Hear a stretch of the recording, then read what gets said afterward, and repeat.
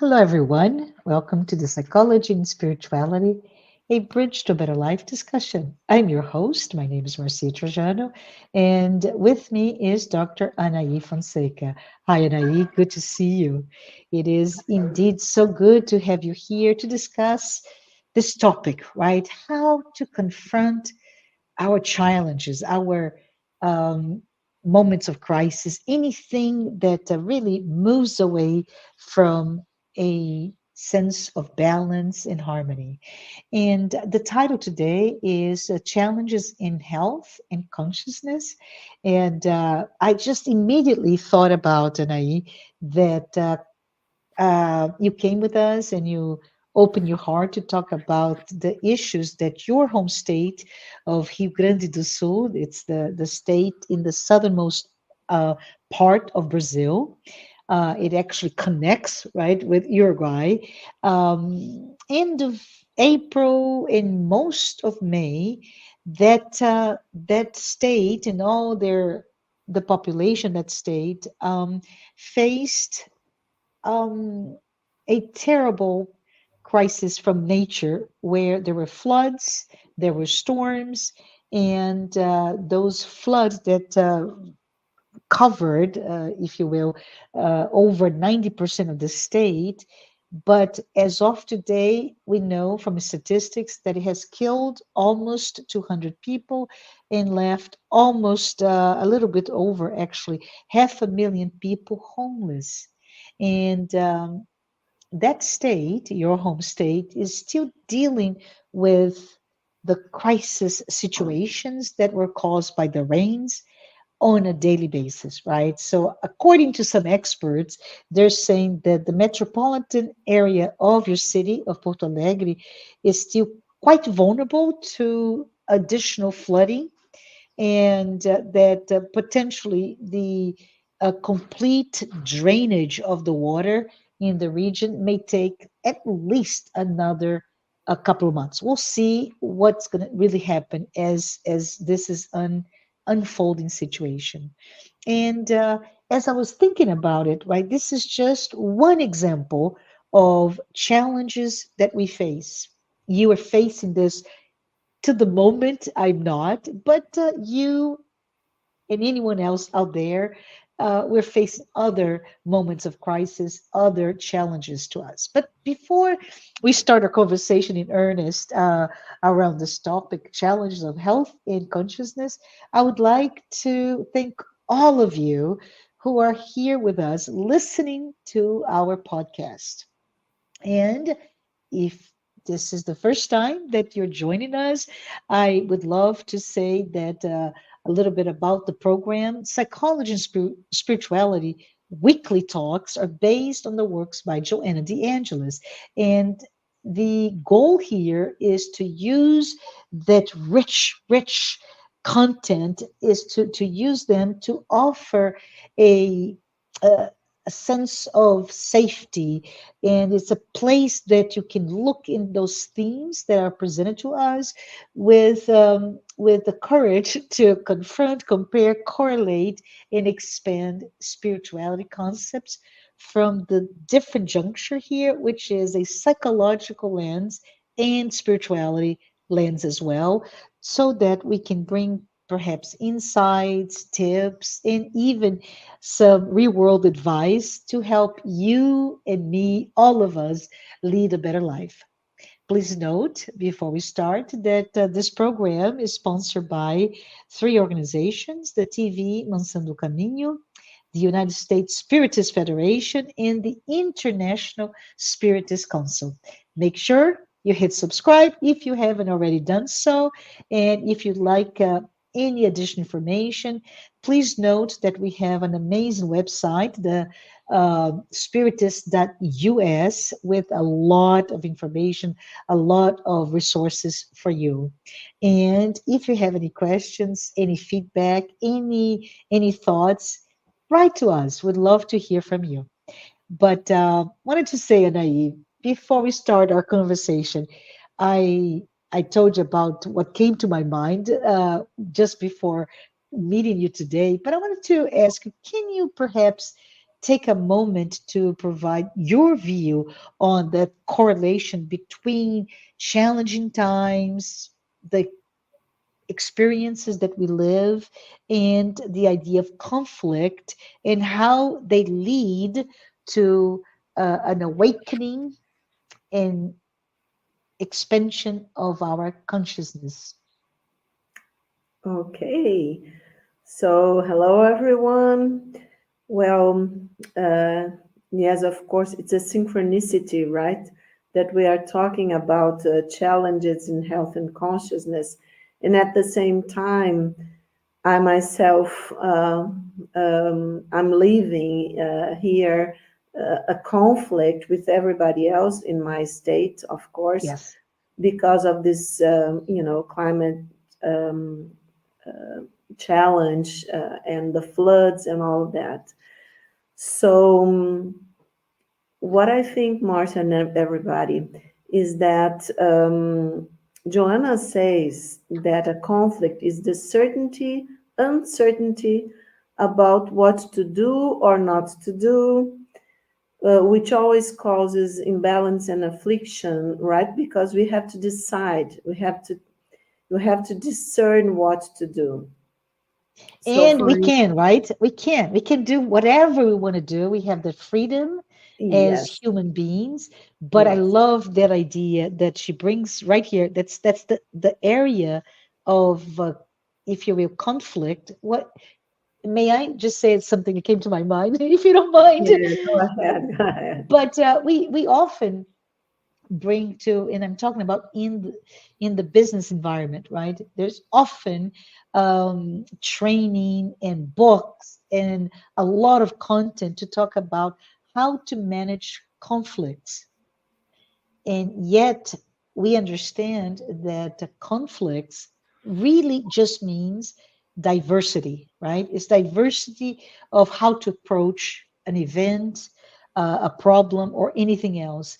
And what comes to my mind with the citation that you brought to us from Joanna de Angelis, I keep thinking maybe that is that point, that juncture where there's diversity in how we handle that point of conflict. And with diversity, we need to perhaps bring about, I'm thinking here, bring about tolerance, it maturity, right? The psychological maturity, and the outcome of that is actually harnessing the sense of balance that we all should have. But go ahead. I interrupted you. Go ahead. No, no, but it's nice because it's exactly that I was going to say. Mhm. That it depends on the way that we are looking at things, because each one of us as individuals, we have our own experiences in this life, and of course we are talking about spiritist psychology, so in other lives also. So it's everything that we have learned, our spirit has learned, that it's going to express itself, these contents, according to the life that we live here, and the personality, of course, that Yeah. the ego consciousness, right? The personality that we developed in this life. So it's like some things are going to manifest themselves in our complexity, right? And these things are going to affect the way that we are looking to things, and the amount of discernment. Joanna talks a lot about discernment, to learn how to Mhm. discern, first of all, what I'm feeling, first of all, about myself, my inner world, what I'm feeling, what I'm thinking, and how I act upon something, right? So it's going to depend on how much I know myself, because otherwise I will be flood. I don't like to to make the analogy because it's in my mind. So, but And quite but traumatic, right? There is a yes, trauma to you yes, personally, and to many of our friends, family members, and so many more that is facing uh, loss, material loss, yes, and also mourning, grieving those other people that actually were impacted and And died to that and actually, situation. Yeah. yeah, there is a synchronicity with our times, the times that we are living. That's what you are talking about. Hmm. And for instance, we see in a lot of people's dreams with water, for instance, Interesting. tsunamis and a lot Yeah. of water coming. And always, usually, is when the person is going through a crisis, conflict, as Joanna is talking in this about conflicts in her wonderful book, Times of Health and Consciousness. Hmm. So the thing is that when we dream of water coming towards us and we feel threatened and we feel fear and scared, so we also make this analogy with the symbolism of the unconscious, okay? And the unconscious contents coming and kind of threatening the ego, all Yeah. right? So there is an analogy, and of course, people all around the globe that are suffering crisis Uh-huh. because of climate, because of wars, and one of the, and even someone that because we have the collection, the collective unconscious that connect Hmm. all of us, the depths of the psyche, right?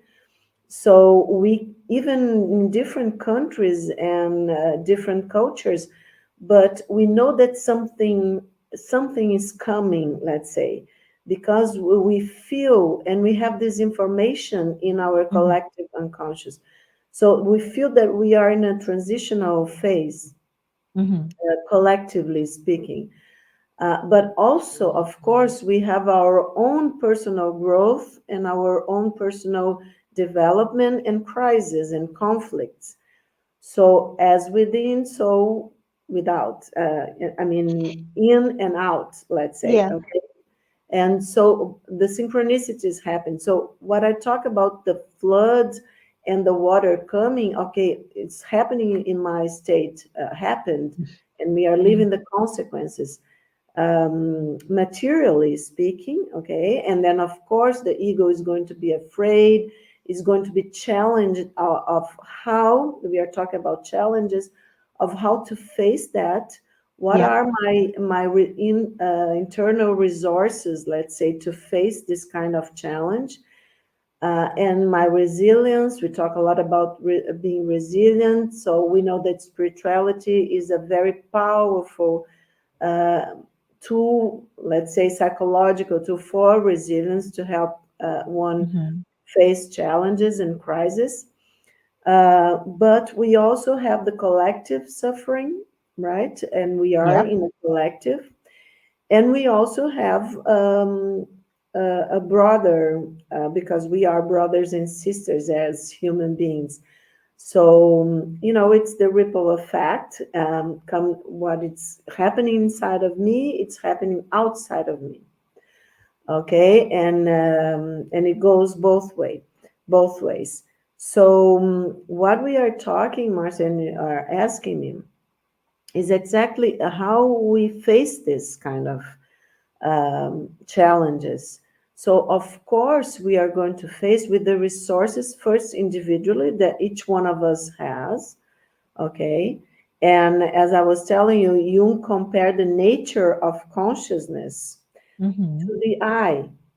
That's very interesting because he says that only a limited number of things in our vision, right, can be held. Okay. We can have contact at any one time, he says. And in the same way, the activity of consciousness, he's making this metaphor, is selective. So And it what? has to be, right, to protect our ability to absorb that, isn't it? Yes. For instance, you were talking and I grasped one concept of what you're talking. And a lot of people are going to say, well, but then I didn't answer what Marcia, because we are the ego is selective, right? So Yeah. and also about, it depends on our psychological type, the Yes. level of stress that the Yeah. ego is going under. Of Yeah. course, here we have been talking and we love to talk. So, and we love that everybody is excited about our podcast and things like that. So of course we are more relaxed in a way, but also okay, the ego is here, and what's the focus? So when you talk to me and ask about the flood and how I personally am seeing that and facing this challenge, for instance, of course, then is the ego consciousness that is going to pay attention to your question, or Yep. and but at the same time, see, that's very interesting. We know that we have a higher self. So Yes. I know that in my ego, for instance, I have complexes. I have stuff in my unconscious. For instance, I have memories of the flood. I have the worries with people that I love, and the worries with the people from my state, even if I don't know them, because of course we are in the same, all suffering the same challenge.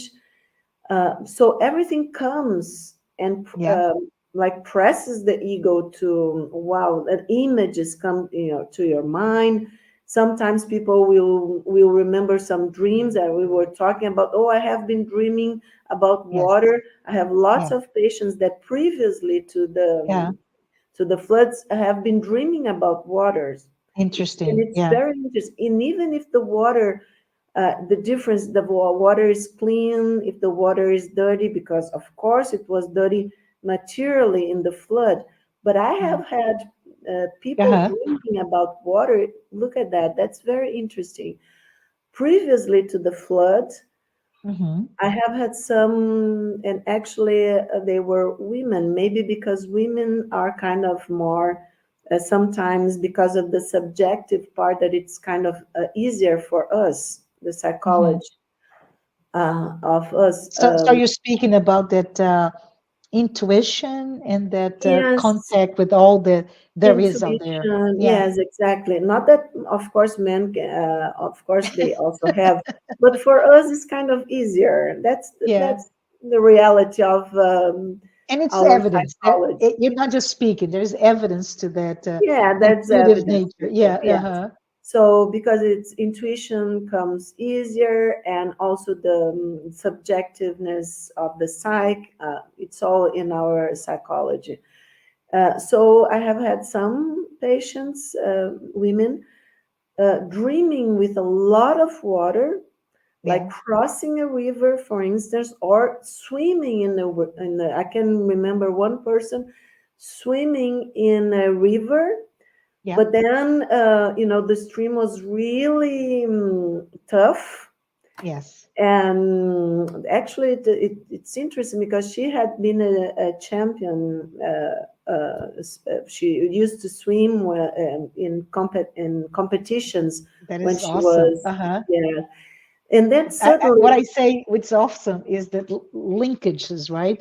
Her personal life, that collective unconscious, and the reference to water, and how she specifically is now bringing up the challenges that everybody's going through, right? yes, because that was like 2 weeks, a couple of weeks previous to the floods.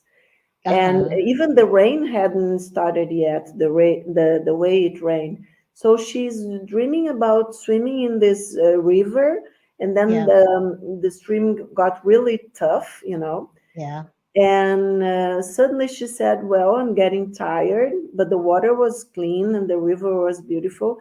I'm getting tired. And when she says that, Uh-huh. suddenly she sees dolphins Ah, swimming, gorgeous. Yeah. and the dolphins kind of accompany her, to go back, not to face all, the river so strong and all that, and to go back to land. So we talked about that later on the floods, and the symbolism of the dolphins are, they are very spiritual. The symbolism is very spiritual. So she was connecting with something deep inside of her, because when we talk about with this kind of symbolism in the dreams, we are talking about the higher self. So she knew in advance, okay, in her psyche, the dreams, because we know that it's the Jung's self concept of the self, capital S, what we call higher self. that is in charge of the messages of the dream. Okay, so of course that was previous to the flood. So she was having the information that she would have to face tough times, but she was also having the information that in the dream that she didn't have to face straightforward, that maybe it would be nice and to use her spiritual resources to just step back and watch Yeah, the thing and not connect in a way, to go there and try to face that all that river, the strength of the river, try to cross, to yeah. something unknown. So So, there's something really interesting, and I when you talk about this person that used to right went used to swim in a swim team, and that's quite powerful, right? When you see I'm traversing this X amount of kilometers, if you will, and I can do this because I know how to swim. That's a tool, right? That's a technique. There is a experience, etc. And but to me, when you said that the dolphin symbol it's a highly spiritual, to me, and what I thought about a dolphin, the symbol of the dolphin is of joy, right? You often see them footage of them in the ocean, just flipping and coming. So there's a really interesting view of um, being able to play, to be present. And I also, what came to my mind, and maybe you want to relay that message further, but Paul Simon, the singer, mhm. he wrote a beautiful song that to me is one of his best work, which is Bridge Over Troubled Water, Oh, yes, I love that. I love. right? And if you think about it, he starts with, when you're weary, Yes. feeling small, and feeling small to me as you speak about the threat to the ego, right? With a crisis. That's what came to my mind. Feeling small, right? And then he goes on to say, when tears in your eyes, I'll dry them all. I'm on your side, which to me, there's this sense of a spiritual um, embrace, right? Is how the sense of your own spirituality can bring you the comfort. I'm on your side, right? And then he goes on, when times get tough, right, rough, and friends can't be found, like a bridge over troubled water, I will lay me down. And he keeps repeating that, right? When this happens, when darkness comes, pain is all around, like a bridge over troubled water, I'll lay me down. And I'm thinking about the song that I love so much, and I'm connecting with the thoughts that you bring in here with the sense courage, right? With a sense that psychological maturity, with a sense that consciousness is all about going through those troubled waters, right? That you mentioned before, just this, all of this craziness, this noise, this uncertainty. But when you reach a sense of balance, of harmony, of courage, you are like a bridge, and you lay yourself down, and you're able to see all of it, those troubled waters go down, because you can. And I think that's the message for all of us, if you will, that we must harness all the goodness that is out there, all this amazing divine mercy, right? This sense of you're not alone. You're not alone, even when you think you're alone. We're here. We're here together. But go ahead, Anaí. Yes, so exactly, that's the idea. So the unconscious for Jung and for Joanna has wisdom.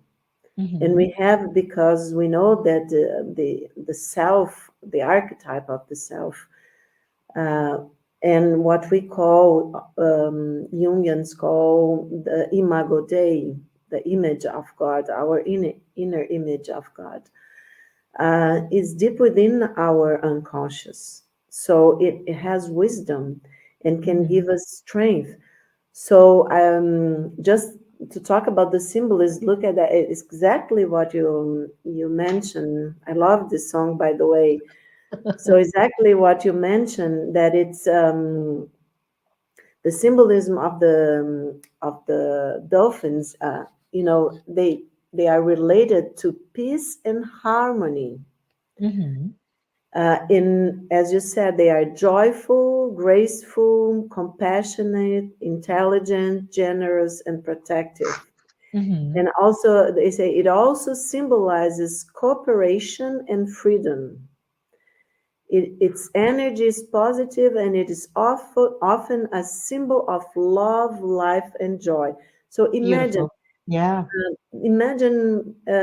that the for this person, the self, okay, the higher self was bringing a message before the floods and the awful, crisis and climate, catastrophe in my state. Yeah. So it was bringing a message previously to the event that she would have to face, and that, all everybody here would have to face, but a message for her specifically, because it was in her dream, Mhm. that, that she had this positive, Mhm. energy, that this love, life, and joy. And of course, there is something important for you to consider. This person had been, in the past, okay, in the Mm. past, a couple of years ago. Actually, when she started analysis, she was in depression, recovering from a depression. Ah. Mm. So, we also say that, the message of the self in dreams, usually there are some reasons why the self, of course, there are always reasons why the self sends Mm. some images, some symbols for the ego to consider. And, one of the main purposes is to bring some compensation, okay, Mhm. from like, broaden the consciousness, okay. As we were saying, that Jung said that, compare the nature of the conscious as, to the eye, so that Mhm. we have limited vision. So the self brings, like, some material, some images and symbols and subjects to be considered, information to be considered by the ego, so that the ego can expand its vision. Beautiful. This is Yeah. beautiful because it's a compensation thing. So, to a symbol that talks about peace and harmony in the middle of a crisis. Well, actually, it was not previously to a Yeah. crisis. Look at how, the wisdom of the unconscious. And Okay. to me, and when you say that, right, it's all of this beautiful imagery that spoke to her specifically through her dreams, right? But what comes to my mind as well is almost a message: pay attention to all the strength that you have, right? Pay attention and don't be reactive to the crisis that's coming your way. When we talk about health, right? Uh, challenges in health and consciousness. To me, it's really how do we put it all together? How can I maintain my health? And by that, we can talk not just the mental health, emotional health, but also physical health, because we Yes. understand, right, that often whatever comes through in those moments of crisis. And I love what you said before, right? It is really your egoic constructs feeling threatened and fighting, right? Fighting, and that fight may lead to many different types of response, including the somatization of diseases, right? Even though most often when you talk about uh, challenges in your health, right? I almost think that you're talking about mental health exclusively, but it's not. Yes, because body and mind are connected and the Mm-hmm. spirit, right? But you Mm-hmm. said something really important because here we have a paradox. The Yeah, ego, because when the floods started, she was really afraid that she would get into a depression again, yeah. of course, and connecting to all the suffering that everybody was going through. And she is a medical person also, so she, of course, she was talking to patients, not from the mental health, but she sees patients in her spirituality all the time. So So how can clinical health, right? clinical health, yes. So Yeah, how can we talk about peace and harmony that are in the symbol of the dolphins? yeah, At the same time that we talk about, fear, anxiety, yeah, at the same time, you, yeah. the fear, anxiety that a conflict like this that go through provokes in the ego. Yes, we can. That's the Mm-hmm. beauty of it because if we know ourselves, and that's what Joanna asks us to do, Mm-hmm. if we know, if we are in contact with our truth, inner Yeah, truth, of course, yeah. and with our shadows, our complexes, our difficulties. Joanna talks about our limitations, Mm-hmm. how to, it's the way to be in contact, to know ourselves, is the way to overcome these limitations.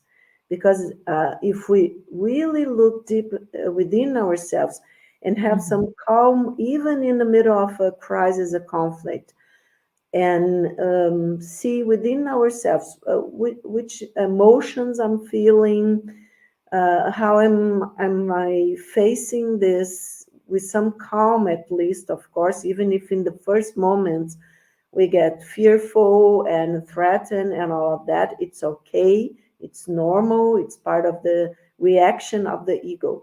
But if I can, like, that's why prayers, meditations are so important. Yeah, Reading a sacred text, the one that people are more connected, bringing in the mind. Joanna talks about its beautiful landscape, the yeah, inner landscape, right? So if I calm down, if I do a little bit of meditation, bring a nice landscape, then I can connect with the wisdom that is in my unconscious. Maybe talking about this person, and she did, I will remember the dream that I had some couple of weeks ago, and then I will understand that the higher self, the ego, didn't know what was going to happen, but the higher self that is connected with the what we call the transpersonal dimension of the psyche, the collective uh-huh. unconscious, knew that it was going to happen. And we know It's through almost like a spirit. bypassing, right? And a Yes, bypassing yes, the ego and because bringing it's that. out of space and Yeah, time. The ego yeah, is connected with the space and time, but the higher self, the Jung's self, because Joanna de Angelis said that it's our spirit, and so of course, this our spirit is connected totally with the spiritual dimension, with this what we call in psychology the transpersonal dimension of the psyche or collective unconscious. what So would you say, perhaps? Sorry to interrupt you, but it's yeah, just intriguing to me.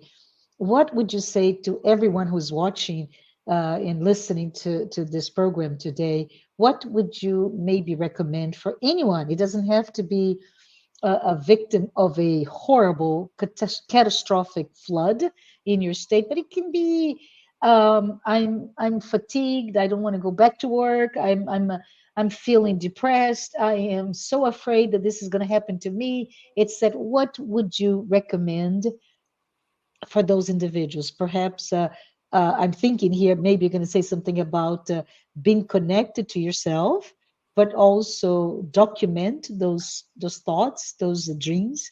What are your yes. thoughts? Yes, I would say something that I learned with Joanna.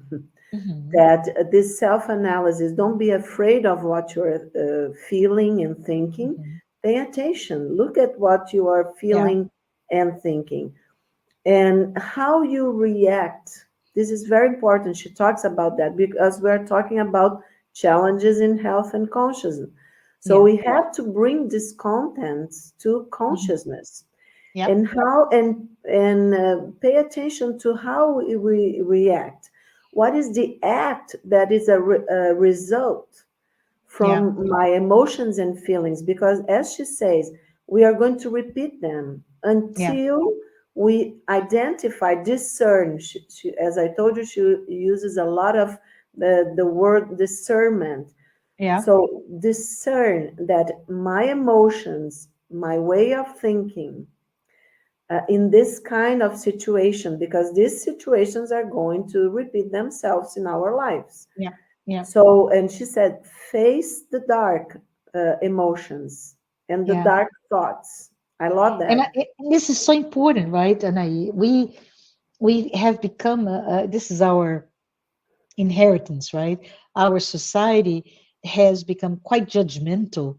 If this happens, this is good. This happens, so the duality, right? And we come with amazing individuals like Jung, Joanna de Angelis, and many others that bring to us this notion of you more than this dual response to an event, that because of it we should look with equanimity or no judgment, right? And just embrace. And the more we embrace what we could call the dark and the lightness of your being, the more we're able to really embrace who we are in our totality. Yes, and change the behaviors that are caused by our shadows, for instance, right? Hmm. Because we Hmm. cannot change something that we deny within ourselves. Of course, we are going to repress, it's going to be in the unconscious, in the Yeah. personal unconscious. And how are we to work with these issues, you know? So it's very important that we, as you said, be compassionate to ourselves. Hmm. Don't be a, don't have this bad habit of canceling ourselves because Oh, everybody wants to cancel this and that nowadays. This is so yeah. silly from the psychological point of view. If I cannot hear something that I disagree, Yeah.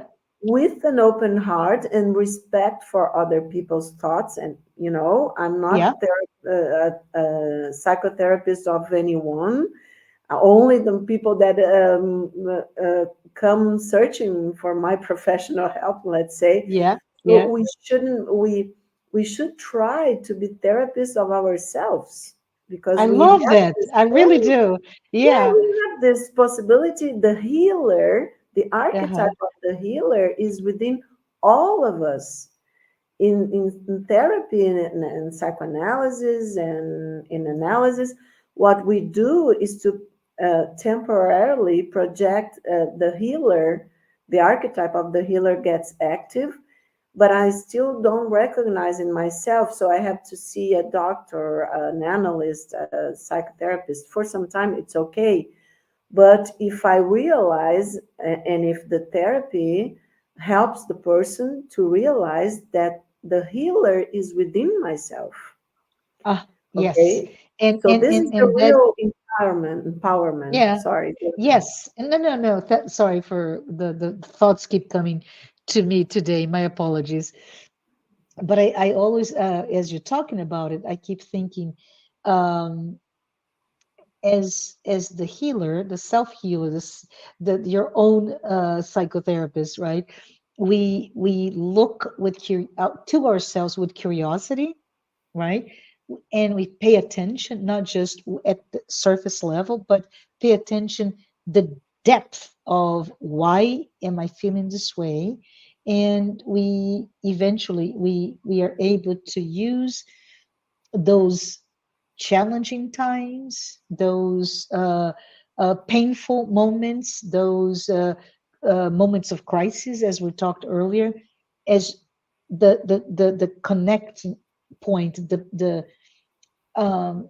linking pin, if you will, to our true consciousness in its own expansion. I was reading on a not so long ago about consciousness from a psychological definition, and I think I would love to hear your opinion, because I think this is very much um, material view of what consciousness is, but the definition from a psychological point of view of a consciousness is that it is a critical personality type or trait, right?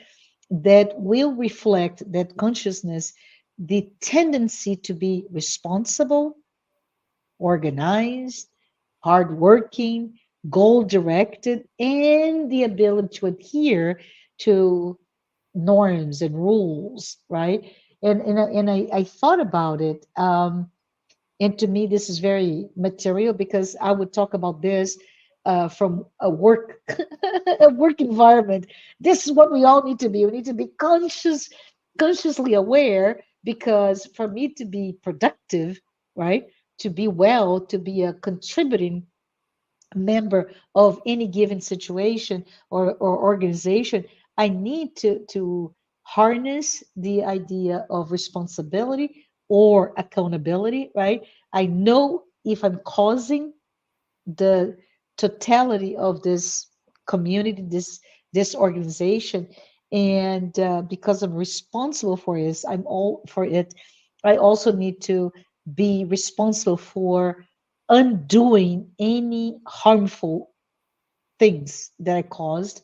I also need to be organized. I need to commit myself to whatever theme by being hardworking. And but I can only do that if I understand the norms, right? If I can understand the rules of how this cell, this organization works, and because of it, I am now um, I'm able to really be open to experiences. I can have a much more creative bent. I can be right. I can do all of those things that will enable me as a human being uh, to be better, to be a contributing person with everybody else.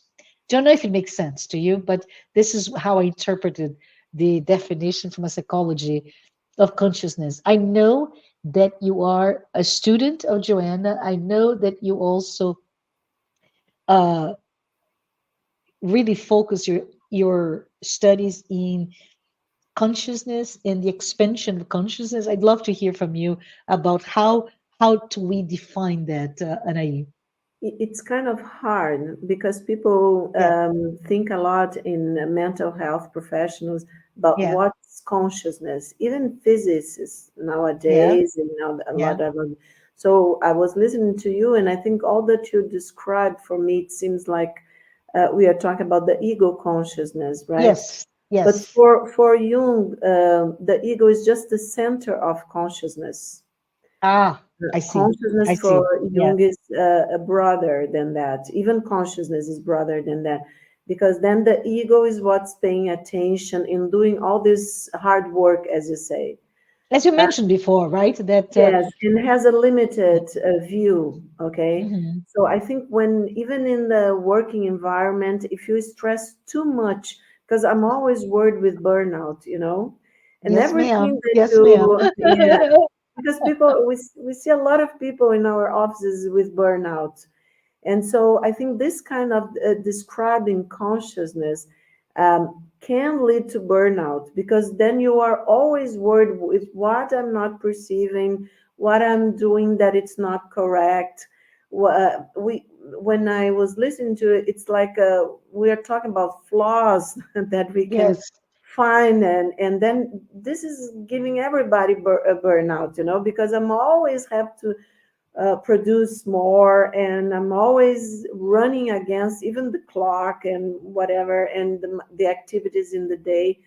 So I think it limits us, and I think yes, it's like a trap that even in the working environment people haven't realized yet.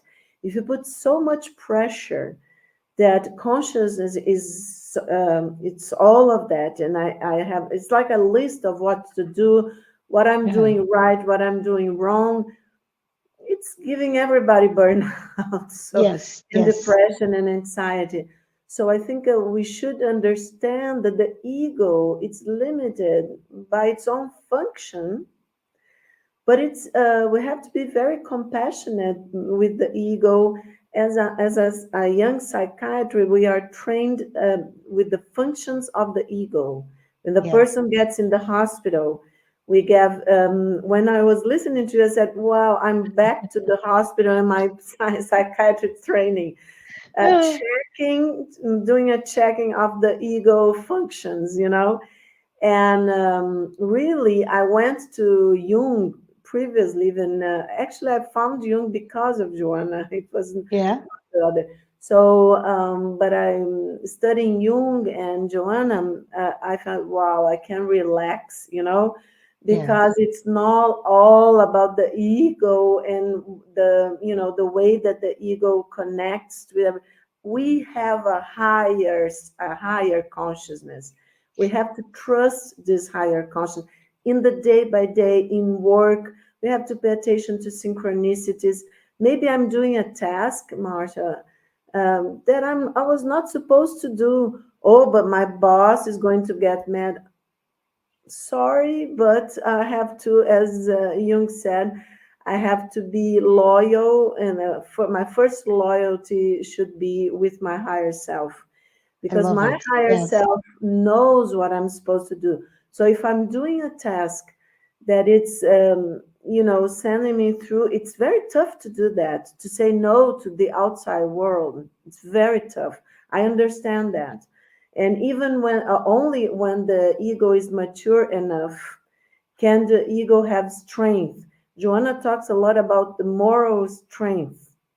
Okay, so the moral strength, we are going to have conflicts not only with outside crisis, but with, we are talking also about inner conflicts, right?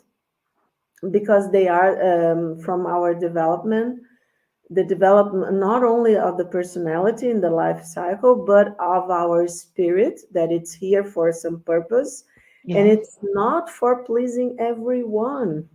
I'm not here to say yes to everyone or to please everyone, and not even to be, a wow, very successful professional, for instance. It's nice if I am, and if yeah, it's nice, of course, if I of course I have to earn my living. But sometimes people say, oh, you are crazy, you are leaving that job that you are earning this and that much to go do that it's nothing, nobody's going to pay attention to you, and you are going to have to live with less.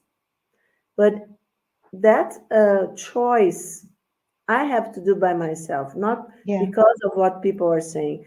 And only I am responsible for this discernment, as Joanna yeah. says, and if to check my inner peace. I Am love I? what you're saying because, sorry for my coughing here, but really like it because I think when you talk about ego and the push to be successful, for example, professionally or whatever, um, this ego reflects where we are today in our Yes, society. And unfortunately, we are, and I keep thinking of the image of a shekel, right? We're shackled to the notion that I am successful, I am accepted, I am revered, even if I am a construct of this society of production. So long I yes, have a job, so long I have to do. The minute you give up all of this, like you're now dismissed. But the pandemic, right, 2020 through uh, they called about 2021, so those 2 years where the entire population of this planet was very vulnerable to COVID-19. But during the pandemic, um, one of the things that are quite interesting was how it triggered so many people to exactly what you said, letting go, and Yes, decided to say goodbye to their former identity through work, family, etc.